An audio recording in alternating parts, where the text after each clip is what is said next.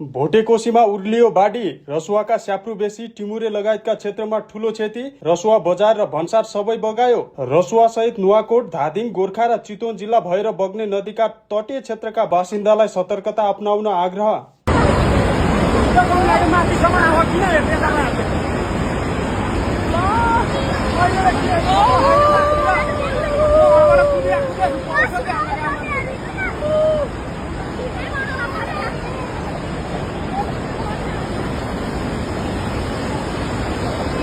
Hello दाइ, हामीले के भने अब गाडी जोगाउन सकेन। हाम्रो चितवन दोस्रो गाडी यहाँ परेछ। हाम्रो